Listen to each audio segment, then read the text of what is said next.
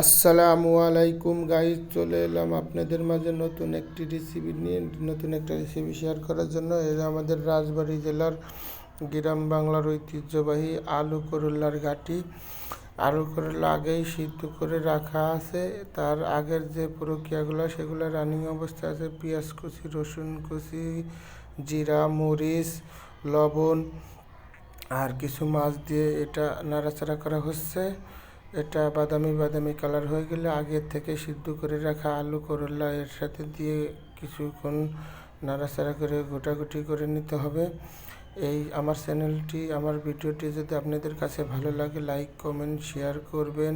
আর আমার চ্যানেলে নতুন হয়ে থাকলে সাবস্ক্রাইব করে বেল বাটনটা চেপে দিবেন, যাতে পরবর্তী ভিডিওটা আপনার কাছে সবচেয়ে আগে সর্বপ্রথম চলে যায়।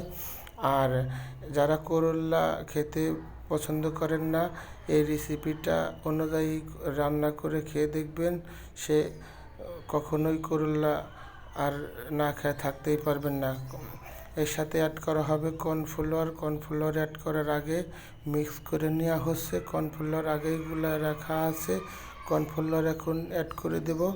এই যে কর্নফ্লাওয়ার অ্যাড করে দেওয়া হচ্ছে। অ্যাড করে দেওয়ার পরে কিছুক্ষণ নাড়াচাড়া করার পরেই আলু করল্লা ঘাটি রেডি হয়ে যাবে।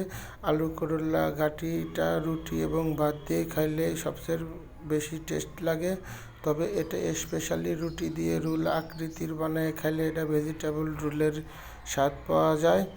দেখুন কালারটা কত সুন্দর আসছে, অনেক সুস্বাদু। ইনশাল্লাহ পাশে থাকবেন। ভিডিওটা